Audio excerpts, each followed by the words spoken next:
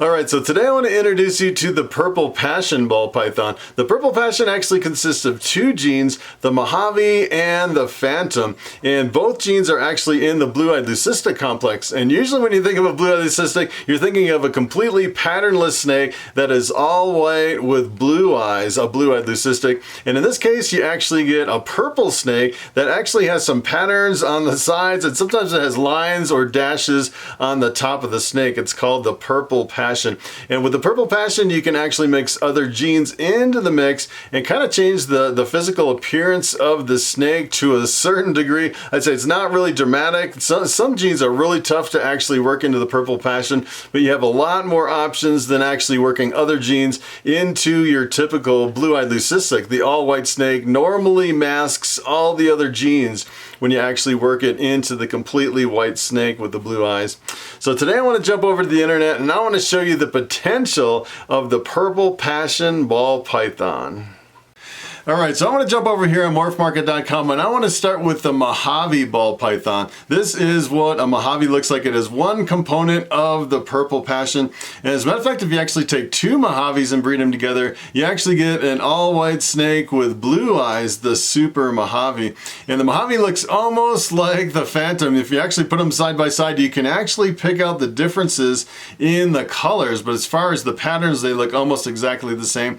And if you actually look at the kind of the dotted yellow line right on top of the snake, in the Phantom it's actually a lot brighter yellow, and then right kind of the background right along the yellow line on top. In the Phantom it's actually a lot darker than this, and this is pretty dark to start with, and the yellow line's pretty bright too. And I'd say it'd be kind of hard if actually someone handed me either a Phantom or a Mojave for me to actually pick them out, you know, versus lining them up side by side and actually comparing the differences. But this is the Mojave, and if you actually compare this one to the Phantom, take a look at this. It almost looks exactly like a Mojave. As a matter of fact, I've actually seen some over here on Morphmarket where people actually list them as a Phantom / Mojave because they're not 100% sure if it's a Phantom or a Mojave. And as a matter of fact, the Purple Passion is actually an allelic combination. So if you actually breed it to a normal, half the offspring come out as Phantom, half come out as Mojave. And usually if you line them up in the same clutch side by side, you can pick out the Phantoms from the Mojave. And as a matter of fact, if you actually breed it to a normal, you know it's either a Phantom or a Mojave because you can't reproduce the parent in an allelic combination. So you can't take a Purple Passion, breed it to something else, and get another Purple Passion unless it also contains either Mojave or the Phantom. So maybe if you bred two Purple Passions together, you could actually do it. Of course, then you'd get the all-white snake, which would be the Super Mojave, and you'd also get the Super Phantom, which looks really close to the Purple Passion. It gets a little bit confusing. So if you actually take the Mojave and you breed it to a Phantom, this is what you get. You get a Purple Passion. Take a look at this. And this is probably the purplest snake you can get in ball pythons. Everyone's trying to get the bright purple snake, and I'd say this is probably as close as you can get to purple. And keep in mind, these are actually both in the blue-eyed leucistic complex, where you normally would get a white snake, and in this case you're not getting, you know, the white patternless snake. You're actually getting a purple snake that has a line right down on top. Sometimes this line can kind of be spotted, and then the pattern on the side, sometimes it can be really obvious patterns like this, and sometimes you can have just a little bit of patterns. As a matter of fact, there are quite a few versions of Purple Passions over here on Morphmarket. I wanted to show you a few of them. Here's one of them. Take a look at this one. This is actually a Phantom Potion, which is the same thing as the Purple Passion, just another name.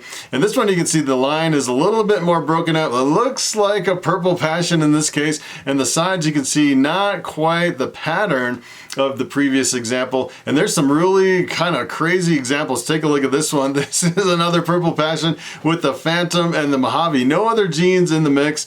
And this one actually doesn't really have the characteristic line or the spotted line right on the top. It almost has this metallic kind of a solid color right down the top. And the sides you can see a little bit of pattern right on the side. This is one of my favorite examples of the Purple Passion. And take a look at this one. This one kind of blew me away. This one, I was scratching my head at first. I was like, is that really a Purple Passion? Because it's not really purple. It almost looks like this, almost like a gray charcoal color. And you can definitely tell the line is still there on top of the snake, kind of spotted. And I have one more example I wanted to show you. Take a look at this one. This is almost like a goldish yellow color, like it almost has like a golden sheen to it. And you can definitely tell on the sides, it kind of wiped out all the pattern of the snake. And it kind of makes me wonder if these are different versions of the Mojave and the Phantom just working together, or maybe there's different genes in the mix where people aren't 100% sure, and maybe they just leave them out as far as listing them over here on Morphmarket. I can kind of see, you know, maybe going both ways of, you know, have different versions of the combinations. Sometimes you can actually see that a lot of times with different versions of the same gene. Sometimes it can actually be other genes mixed in and you're not exactly sure that they're actually in there. So I wanted to start with some other base genes and mix it into the Purple Passion so you can kind of see the potential and mostly the limitations of the Purple Passion. And here is the pastel ball python. The pastel is a co-dominant gene. It's probably one of the yellowest standalone morphs. It brings out a lot of yellow and it reduces the pattern in a lot of combinations. And here's what happens if you mix pastel in with the Purple Passion. You get what is known as the deep Purple Passion. It's kind of interesting. They call it the deep Purple Passion. All these slang names. I say when it comes to Purple Passion, there's only a couple of them that it's not like a rabbit hole like you're going down with the kingpins and the queen spins and all that. That is really complicated. When it comes to Purple Passion, there's just the Purple Passion, the deep Purple Passion, and then I think it was the Phantom Potion that we looked at earlier, which is a little bit complicated. But that's pretty much it as far as slang names. And here is another example I actually wanted to show you of another gene mixed in with the Purple Passion. We have quite a drastic influence in the color of the snake. This is the GHI, and the GHI is a really dark morph, probably one of the darkest you can get, up there with Blackhead. I say GHI and Blackhead are probably the darkest of the dark morphs. And the GHI actually really scrambles up the pattern in the snake too. Here's what happens if you mix GHI in with a Purple Passion. Take a look at this snake. This is really unexpected as far as having a completely patternless snake and really bringing in a lot of really dark color. It's kind of an interesting 3-gene combination. As a matter of fact, I was kind of wondering what the price was on this. Take a look at this, $1,200. Of course, this sold back in 2016. And let me tell you, in 2016, in just 4 years, prices can change drastically in a really short amount of time. Sometimes they can actually increase, and a lot of times in ball pythons, they actually go down. So here is the pinstripe ball python. When you actually work pinstripe into the Purple Passion, you do get some visual effects. The pinstripe is a really visually dominant snake, and it's really gold. And a lot of times you'll actually see a lot of the pattern of the pinstripe when you mix it in with other combos that are even visually dominant. And here's what happens when you mix pinstripe in with the Purple Passion. Take a look at this. This was kind of unexpected too. You have these really visually dominant genes working in with the Purple Passion, and the Purple Passion just kind of wipes out all the pattern, and you get pretty much a patternless snake. Sometimes you can actually see like a stripe on top, and usually with the pinstripe, you get a really strong visual stripe, even if it wipes out all the other patterns of the pinstripe. And you can see even in this one, you see just a little bit of stripe on the back. It's probably from the pinstripe, and the Purple Passion is just kind of really wiping it out and almost completely eliminating the stripe on the top part of the snake.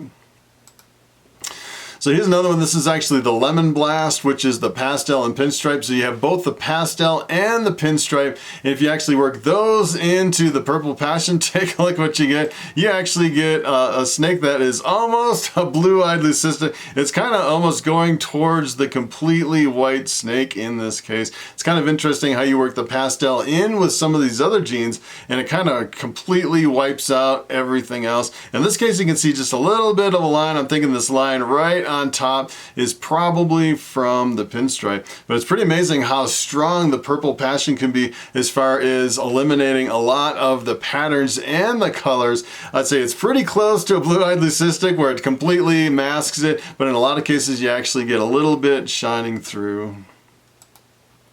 So this one's kind of surprising too. This is a spider. The spider is usually really visually dominant. The spider is a dominant gene, so if you breed it to something else, half the offspring come out as spider. Probably one of the most impressive standalone morphs. It's just one gene. It almost looks like it's several genes. It almost looks like it has calico and enchi and all these different genes in there, and it's just one gene. It's pretty amazing. Here's what happens if you work spider in with a Purple Passion, and you get pretty much a Purple Passion, which it kind of surprised me that the spider is so visually dominant, and you get a Purple Passion spider and it almost looks like there's no effect at all with the Purple Passion in the mix. That is pretty amazing.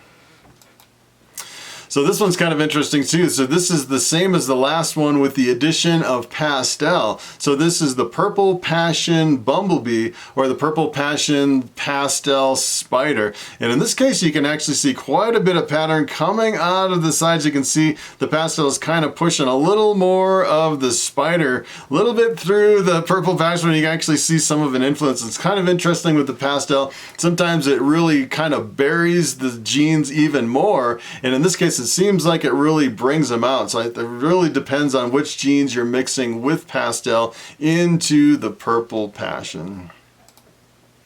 So here's another one that's really visually dominant, the clown. And the clown is the king of combos when it comes to recessives. It's a recessive mutation, so it's a little bit harder to hit. You actually need 2 copies of the clown gene to get a visual. So if you actually work clown into the Purple Passion, essentially you need 4 genes in the mix, a little bit harder to hit. And here's what happens if you actually make a clown Purple Passion. And take a look at this. The Purple Passion almost completely masks the clown, but the clown, you can definitely tell it's kind of interesting in some of these clown combinations. The shape of the head actually looks a little bit different in some clown combos.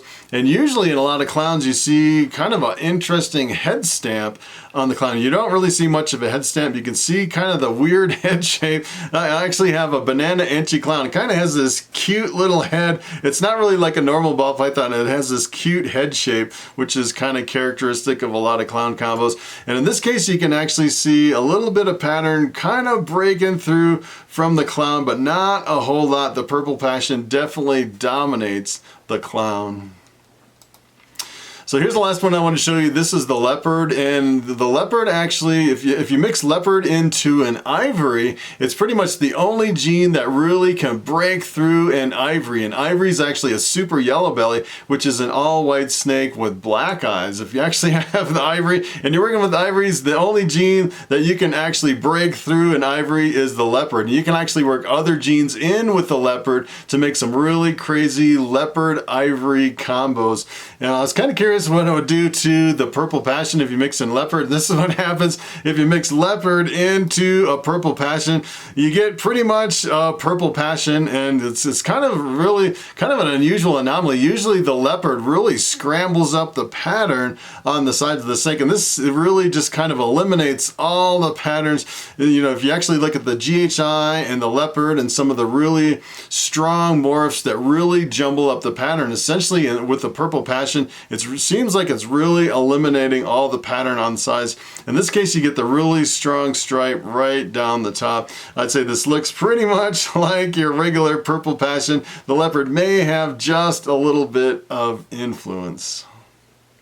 All right, so it is time for the question of the day. And Emily Shepard asks, was the first banana ball python wild caught, or was it a genetic mutation that occurred in captivity? And that is a very good question. As far as I know, the banana and the coral glow were both found in the wild. It's pretty amazing that someone would actually just kind of stumble on a coral glow and pick it up in the wild over in West Africa.